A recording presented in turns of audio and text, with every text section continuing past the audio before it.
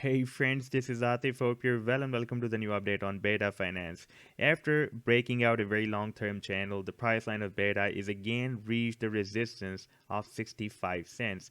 And in today's video, we will take a look whether the price line is going to break out this 65 cents resistance or we are going to have another rejection. But before starting this analysis, if you're not subscribed to my channel, then do subscribe it. And for more ideas, you can also support me at the Patreon because here I'm sharing different trading ideas for you, and you can find the link to join me here in the video's description I've shared.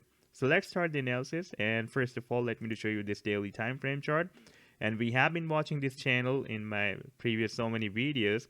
The channel was started here back in October 2021, and recently the price line has broken out this channel here at the first week of Feb, and now we are again reached the resistance of 65 cents, and you can see that the price line is trying to break out this resistance uh, here when we were breaking out this channel here, but we had a fake out due to this resistance of 65 cents. We had a rejection by that resistance, and we re-entered the channel, and we also broke down the support that was previously working as a resistance, the resistance of this channel I'm talking about. And after re-entering the channel, we got another bounce by the support of 33 cents, and we broke out the resistance, and here we again rejected by this 65 cents.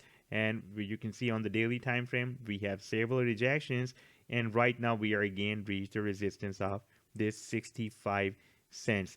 And there is another resistance that the price line has found, and that is an uptrend line resistance that the price line is not able to break out. Now, if we take a more closer look at this resistance and switch to the 4-hourly time frame chart, then we can see that the price line is having several rejections, and this is the formation of another up channel. After breaking out this down channel, we are moving inside in another up channel, and this time the resistance of the channel is above the resistance of 65 cents. So in order to break out this resistance of the channel, first price line needs to break out this resistance of 65 cents, and then it can break out this resistance of the channel as well.